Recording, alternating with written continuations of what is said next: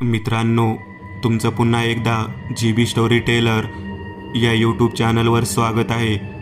आजच्या आपल्या गोष्टीचं नाव आहे वेताळवाडी. लेखक नरेंद्र कुलकर्णी.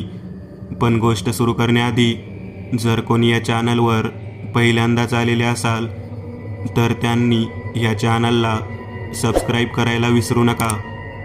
चला तर मग अजिबात वेळ न घालवता गोष्टीला सुरुवात करूया.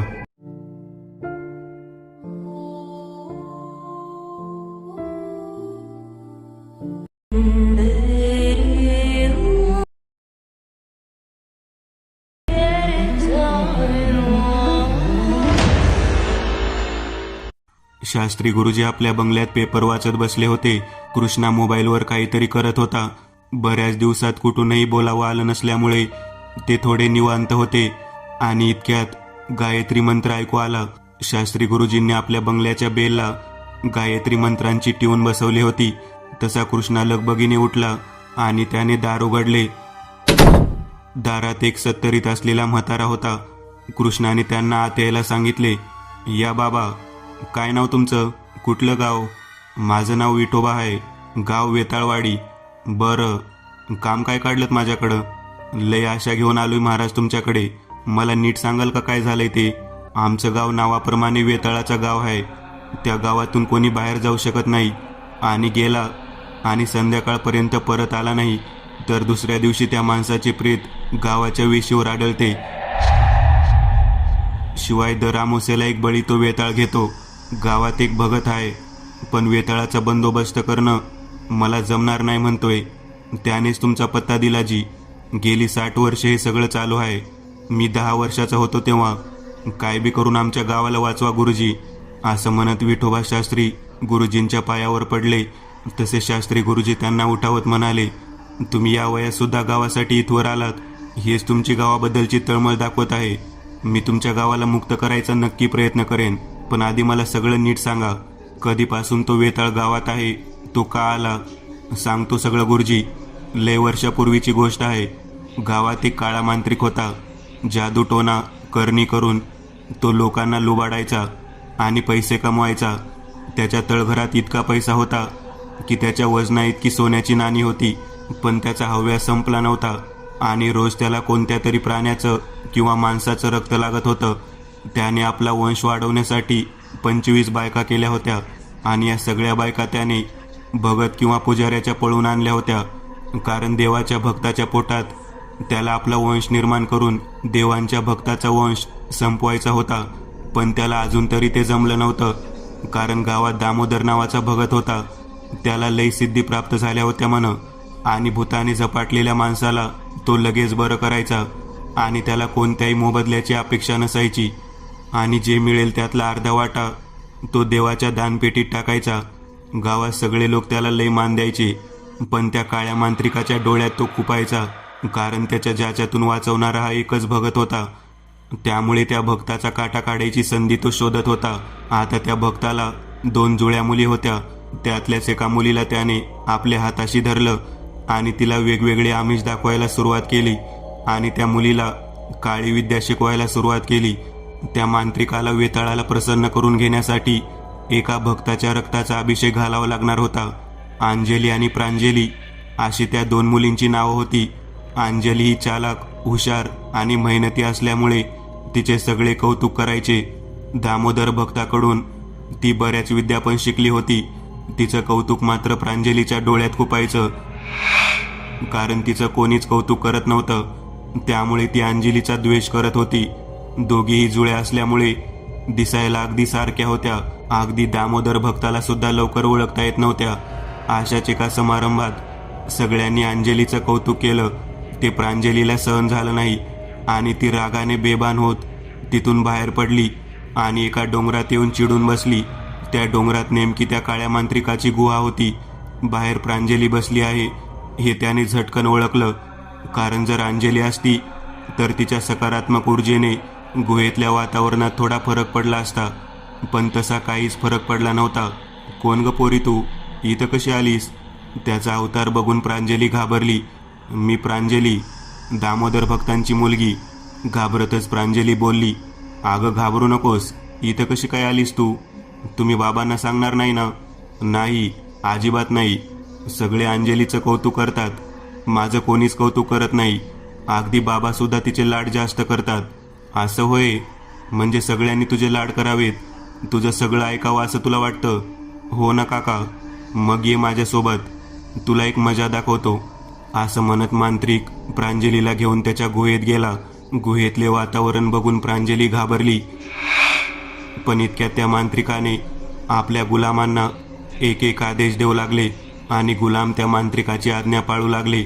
तशी प्रांजली खुश होऊन टाळ्या वाजू लागली. काका, हे सगळे तुमचं कसं काय ऐकतात? कारण मी जादू केली आहे म्हणून हे सगळे ऐकतात माझं. तुला शिकायची आहे काही जादू? मग तुझं सुद्धा सगळे ऐकतील. अगं बाबा सुद्धा, आणि तुझं कौतुक पण करतील. खरंच तुम्ही शिकवाल मला जादू? नक्कीच, पण त्यासाठी तुला 1 महिना रात्री इथे यावं लागेल.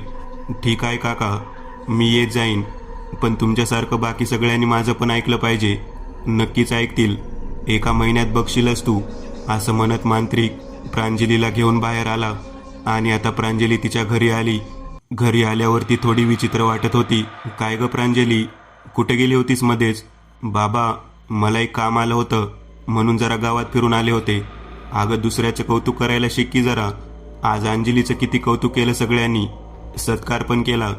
तू थोडी मेहनत घे, तुझा पण असा सत्कार होईल. प्रांजली मात्र काही न बोलता त्या मांत्रिकाने सांगितलेल्या गोष्टी आठवत होती आणि दामोदरना वाड्यातील वातावरण थोडं अशुभ झाल्याची जाणीव झाली. पण घरात कितीतरी लोक येतात, त्यापैकी एकामुळे झाले असेल असा विचार करून दामोदरांनी दुर्लक्ष केले आणि सगळे झोपायला गेले. पण रात्र होताच प्रांजली उठून त्या मांत्रिकाच्या वाड्याकडे जाऊ लागली. काळ्या कपड्यात असलेला मांत्रिक बघून आधी ती घाबरते, शिवाय गुहेतून चित्रविचित्र आवाज येऊ लागतात आणि मांत्रिक तिला आपल्या जवळ बोलावतो. थोडीशी घाबरत प्रांजली त्याच्या जवळ जाते आणि तसा मांत्रिक तिचा हात पकडतो आणि एक मंत्र म्हणत तिच्या तोंडाला राख लावतो. तशी प्रांजली आता मांत्रिकाला वश होते आणि तो प्रांजलीला काळ्या विद्या शिकवायला सुरुवात करतो. मात्र पहाट व्हायच्या आत ती घरी जात असते आणि मग घरी जाऊन झोपत असते आणि मग उशिरा उठत असते. असे 8 दिवस जातात. मग एक दिवस तिला दामोदर ओरडतात, प्रांजली, किती वेळ झोपून राहतेस? ती अंजली बघ, सूर्योदय झाल्या झाल्या आंघोळ करून वेदपठणाला बसते. बाबा, नका काळजी करू, मी उद्यापासून माझ्यासोबत हिला सुद्धा उठवत जाईन. अंजली म्हणाली, मला काही उठवायची गरज नाही. ते वेदपठण आणि मंत्र तुझं तू म्हणत बस, मला नको सांगू यातलं काही. आश्चर्याने दामोदर तिच्याकडे बघतात. तिच्या डोळ्यात एक वेगळी चमक त्यांना जाणवते. ते प्रांजलीच्या डोक्यावर हात ठेवतात. तशी प्रांजली शॉक लागल्यासारखी बाजूला सरकते आणि दामोदरना शंका येते. काय झालं प्रांजली? यावर काही न बोलता प्रांजली हसायला लागते आणि बोलते, तुम्हाला खूप अभिमान आहे ना या अंजलीचा, पण याच अंजलीचं बघा आता मी काय करते ते थोड्या दिवसात. तिच्या डोळ्यात एक हिंस्र चमक होती. दामोदरनी अंगारा प्रांजलीच्या कपाळाला लावला. तशी प्रांजली थैथयाट करत नाचू लागली. तसा सगळा प्रकार दामोदरच्या लक्षात आला आणि त्यांनी आपल्या कपाळाला हात लावून घेतला आणि प्रांजली पुन्हा हसू लागली. सांग, दर रात्री कुठे जातेस तू? या गावाची वाट लावायला.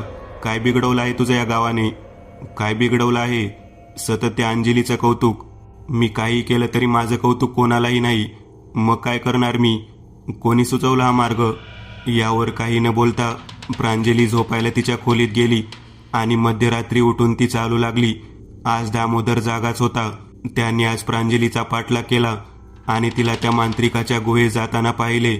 आता सगळा प्रकार दामोदरच्या लक्षात आला होता, पण त्याचा सामना करायची ही योग्य वेळ नाही हे दामोदर जाणून होते. कारण रात्री या काळ्या मांत्रिकाची ताकद वाढणार होती, त्यामुळे ते तिथून निघून गेले. पण आता प्रांजलीवर दामोदरनी लक्ष द्यायला सुरुवात करणार होते. आता प्रांजलीच्या तोंडाला मांत्रिकाने काळे फासले होते आणि एका भांड्यातलं रक्त प्यायला लावले होते आणि हळूहळू तिला आघोरी मंत्रविद्या शिकवायला लागला होता. आणि प्रांजली सुद्धा ते शिकत होती, कारण हे सगळं शिकल्यानंतर काळ्या मांत्रिकासारखे सगळे लोक आपलं ऐकतील असं तिला वाटत होतं. पण त्याच सुमारास प्रांजली पुन्हा घरी जायला निघाली. प्रांजली, आता तू तुझ्या नाही, तुझ्या बहिणीच्या अंजलीच्या खोली झोपायचं. आणि अंजलीला तुझ्या खोली झोपवायचं. आता तू प्रांजली नाही, अंजली म्हणून सगळीकडे फिरायचं. हेच तुझ्या भल्यासाठी आहे. आणि उद्यापासून इथे यायची गरज नाही. डोळे बंद करून 2 वेळा मी शिकवलेला मंत्र म्हणलीस की माझं सगळं बोलणं तुला ऐकू येईल आणि तुझ्या मनातले सगळं मला समजेल. जशी आज्ञा सम्राट. असं म्हणत प्रांजली निघून गेली. प्रांजली घरी गेल्यावर तिने पाहिलं की अंजली जागी झालीये. काय ग प्रांजली, कुठे गेली होतीस? ऐक ना अंजली, मी आजपासून तुझ्या खोलीत झोपू का? तू माझ्या खोलीत झोपत जा. मला खूप आवडली ही खोली. ठीक आहे प्रांजली, आणि बाबांना यातलं काही सांगू नकोस, कारण सगळं चांगलं मी घेते म्हणून बाबा मला ओरडतील ग. ठीक आहे ग, नाही सांगणार मी बाबांना. असं म्हणत अंजली बाहेर पडली आणि प्रांजली सुद्धा न झोपता आवरू लागली. आणि दामोदर अंजलीच्या रूममध्ये आले आणि अंजली समजून प्रांजलीशी बोलू लागले. अंजली, ही प्रांजली काल रात्री त्या मांत्रिकाच्या गुहेत गेली होती. म्हणजे प्रत्येक रात्री ती तिथं जाते. ती आता त्या काळ्या विद्येची उपासक झाली आहे. त्यामुळे तिला इथं थांबावं लागणार आहे, नाहीतर पुढे खूप मोठा अनर्थ होईल. हो बाबा. आता सुद्धा प्रांजली बाहेरून आली आहे. तिला काय बोलायचं हे काळ्या विद्येच्या साह्याने मांत्रिक सांगत होता. आता दैवी शक्तीचा जागर करायला हवा. असं म्हणत दामोदर बाहेर पडले आणि जागराची तयारी करू लागले. आणि प्रांजली अंजली म्हणून फिरत होती. आता आंघोळ झाल्यावर दामोदरनी प्रांजलीला अंजली समजलं. मंत्र जागर विधीसाठी बसवलं आणि अंजलीने सुद्धा बाबांची आज्ञा आहे असं मानून स्वतः अंजली आहे असं न सांगता मंत्र जागरासाठी बसली. आणि मंत्र जागर पूर्ण झाल्यावर दामोदरना आश्चर्य वाटलं, कारण काळ्या विद्येच्या सानिध्यात राहून सुद्धा तिला काही त्रास झाला नाही. कदाचित काळ्या शक्तीचा जास्त प्रभाव अजून झाला नसावा असा विचार करून दामोदर शांत बसले. आणि जेव्हा जेव्हा रात्री प्रांजलीच्या खोलीत दामोदर जाऊन बघायचे त्यावेळी ते अंजलीला प्रांजली समजून समाधानाने हसायचे. आणि अंजलीच्या खोलीत असलेली प्रांजली रात्री आपल्या काळ्या शक्तीच्या सामर्थ्याने त्या मांत्रिकाशी संवाद साधायची. आणि दामोदरना सगळं चांगलं चाललं आहे असं वाटून ते समाधानी होते. आता तो मांत्रिक दामोदरना संपवायच्या तयारीला लागला होता, कारण दामोदर संपल्याशिवाय त्याचं पूर्ण साम्राज्य उभं राहणार नव्हतं. आता त्यांनी प्रांजलीची ढाल बनवायचं ठरवलं आणि त्याप्रमाणे डावपेच खेळू लागला. प्रांजली पूर्णपणे काळ्या शक्तीच्या अधीन गेली होती, त्यामुळे तो मांत्रिक सांगेल तसं सगळं प्रांजली ऐकू लागली. मांत्रिकाने आता प्रांजलीला एकदा भेटायला बोलावलं आणि एक कसली तरी पुडी दिली आणि त्या पुडीमधले चूर्ण अंजलीच्या जेवणात मिसळायला सांगितलं. पण हे कशासाठी हे प्रांजलीला माहीत नव्हतं. तरी या मागचं कारण विचारायचं धाडस तिच्यात नव्हतं. तिने ते चूर्ण घेतलं आणि अंजलीच्या जेवणात मिसळलं. रात्री अचानक अंजलीच्या पोटात दुखायला लागलं. वेदना खूप असह्य होऊ लागल्या. दामोदरना आश्चर्य वाटलं, पण आता काहीतरी इलाज करायला हवा होता. त्यामुळे ते प्रांजली वैद्याकडे जायला निघाले आणि हीच त्यांची चूक झाली. रात्रीच्या वेळी ते आपल्या घरात सुरक्षित होते, कारण त्या घराला एक सकारात्मक वलय होतं. त्यामुळं कोणतीही अशुभ शक्ती त्यांचं काही वाईट करू शकत नव्हती. पण आता घरातनं बाहेर पडल्यामुळे ते वलय निरुपयोगी झालं होतं. मुलीच्या काळजीपोटी दामोदरने हा धोका पत्कारला होता. प्रांजली, घाबरू नकोस बेटा, वैद्य सगळं नीट करतील. बाबा, मी प्रांजली नाही, अंजली आहे. काय? अगं कसं शक्य आहे? तू मंत्र जागराच्या विधीला बसली होतीस ना? हो बाबा, तुम्हीच तर बसवलं होतं. पण तू तर प्रांजलीच्या खोलीत. हो बाबा, प्रांजलीला माझी खोली आवडली होती म्हणून आम्ही आमच्या खोल्या बदलल्या होत्या काही दिवसापूर्वी. आता दामोदरच्या लक्षात सगळ्या गोष्टी येऊ लागल्या आणि आपण फसलो गेलो आहे हे त्यांच्या लक्षात आले. सोबत कोणतेही दैविक सामान सुद्धा त्यांनी घेतले नव्हते. आणि काय होते हे कळायच्या आत तो मांत्रिक त्यांच्या समोर येऊन हसू लागला. अंजली त्या मांत्रिकाला बघून घाबरली आणि मागे पळत सुटली. पण मागून प्रांजली तिची वाट रोखून उभी होती. आणि रात्रीच्या वाढत्या ताकदीपुढे दामोदरचा निभाव लागला नाही आणि अंजलीचा आणि दामोदरचा अंत झाला. तेव्हापासून प्रांजली आणि मांत्रिक या गावाच्या मुळावर उठलेत. सगळ्या गावाला त्यांनी गुलाम केला आहे. इतकं बोलून विठोबा मोठ्या आशेने शास्त्री गुरुजींकडे बघत होता. नक्कीच मी आणि कृष्णा वेताळवाडीला येऊ आणि तुमच्या गावाला मुक्त करण्याचा प्रयत्न नक्की करेन. कृष्णा, आपलं सामान भर, आपल्याला विठोबासोबत वेताळवाडीला जायचं आहे. असं म्हणत शास्त्री गुरुजी उठले आणि तयारी करू लागले. कृष्णाने आवश्यक ते सगळं सामान घेतलं आणि त्याने सामान गाडीच्या डिक्कीत ठेवलं. आता तो गाडी चालवायला पुढे बसला तर त्याच्या शेजारी विठोबा बसले आणि मागं शास्त्री गुरुजी बसले आणि गाडी वेताळवाडीच्या दिशेने जाऊ लागली. जसजसं वेताळवाडी जवळ येऊ लागली तसं वातावरण अशुभ झालं. सोसाट्याचा वारा सुटला आणि विजा चमकू लागल्या. कृष्णाला आता समोरचं काहीच दिसत नव्हतं म्हणून त्याने गाडी थांबवली आणि एक बिभत्स्य हसण्याचा आवाज येऊ लागला. तसे शास्त्री गुरुजी म्हणाले, कृष्णा गाडी थांबवू नकोस, चालवत राहा. आणि असं म्हणत त्यांनी मंतरलेले पाणी शिंपडत शंख वाजवला. तसं सगळं वातावरण नीट झालं. पण गुरुजींच्या शंखाला तडे गेले. गुरुजींना त्या गोष्टीचं आश्चर्य वाटले आणि त्यांनी डोळे बंद केले. आता त्यांचा चेहरा अजूनच गंभीर होत होता. जणू पुढे येणाऱ्या संकटाची जाणीव त्यांना होत होती. कृष्णाला सुद्धा आता थोडीफार संकटाची जाणीव होत होती. पण विठोबाच्या चेहऱ्यावर मात्र भीती नव्हती. कदाचित शास्त्री गुरुजी सगळं नीट करतील याची त्याला खात्री असावी, त्यामुळे तो बहुतेक बिनधास्त असावा. आता गाडी वेताळवाडीच्या वेशीवर होती, पण वेशीतून आत जात नव्हती, बाहेरच ढकलली जात होती. कृष्णाने काळजीने गुरुजींकडे पाहिले. कोणत्याही नव्या माणसाला असं सहज आत येऊ देत नाही ती काळी शक्ती. तुम्हाला बी काहीतरी जादू करावी लागेल, विठोबा म्हणाले. तसे शास्त्री गुरुजी खाली उतरले आणि गाडीच्या पुढे एक लिंबू कापून टाकला. तो लाल झाला. त्यामुळे अशुभ शक्तीचा वावर जास्त आहे हे लक्षात आले. त्यांनी आपल्या गाडीला एक मंतरलेला दोरा बांधला. आता गाडी गावाच्या वेशीत शिरली, पण अजून संकट संपलं नव्हतं. गाडीच्या समोर झाडाच्या मोठमोठ्या फांद्या पडू लागल्या. तसे विठोबा घाबरले. शास्त्री गुरुजींनी सगळ्यांना गाडीतून बाहेर पडायला सांगितले. कृष्णा सामान घेऊन चालू लागला आणि वेगवेगळे आवाज येऊन वातावरण बदलले. गुरुजी, तो सैतान जागा झालाय, विठोबा म्हणाले. तू आम्हाला त्याच्या ठिकाणावर घेऊन चल. ती समोर आहे बघा गुहा त्याची. विठोबा, तुम्ही मागून या आमच्या, असं म्हणत गुरुजी आणि कृष्णा आत शिरले. आणि इतक्यात विठोबाने एक इशारा केला आणि 5-6 जण मिळून गुहेचे दार मोठ्या दगडाने बंद केले. आणि विठोबा हसू लागला. गुरुजी, गुहेचं दार तर बंद झालं. आणि अंधारातून हसण्याचा आवाज आला. अरे मूर्खांनो, विठोबा माझा गुलाम होता. त्याने तेच केलं जे मी सांगितलं होतं. गेले 50 वर्ष एका भक्ताच्या किंवा देवऋषाच्या शोधात होतो मी, कारण त्यांचा एक बळी आवश्यक होता. अंजली आणि दामोदर हे दोघेजण बळी ठरले आणि त्या दोघांचा बळी दिल्यावर प्रांजली माझ्याच विरोधात गेली आणि तिनेच मला या गुहेत बंद केलं, पण स्वतःला माझ्यापासून वाचवू शकली नाही. आता एका भक्ताच्या किंवा देवऋषाच्या बळीनंतर मी पुन्हा मुक्त होऊन या काळ्या साम्राज्यावर राज्य करेन.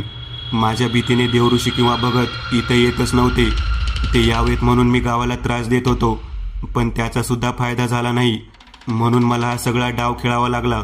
आता तुम्हाला माझ्यापासून कोणीही वाचवू शकणार नाही.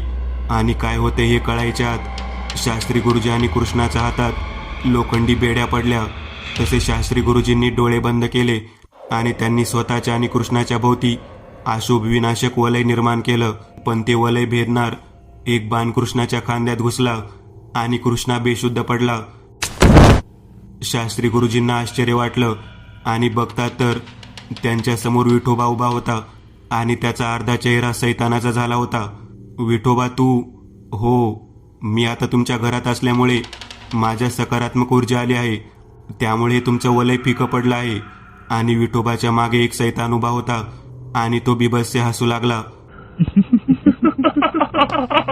तोच मांत्रिकी होता आणि आता त्याला आपली शक्ती वाढवायची होती.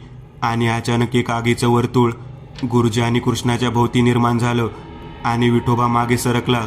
सम्राट, हे कसलं वलय आता? पिशाचे निवारण वलय. आपण आत प्रवेश करू शकत नाही. या थेरड्याने आपली मंत्रशक्ती दाखवली. कसं शक्य आहे सम्राट? तो तर मंत्रसुद्धा म्हणत नाहीये, पुटपुटत पण नाहीये. मग हे वलय कुठून? आणि त्यांचं बोलणं संपायच्या आत जखम दाबून धरत स्मित हास्य करत शास्त्री गुरुजी उठून उभे राहिले. आता आलं का लक्षात वलय कुठून आलं ते? पण ते या वलयातून बाहेर आले की मारले जातील. पण या वलयात आहेत तोपर्यंत आपण काही करू शकत नाही. पण ते या वलयातच बंदिस्त आहेत.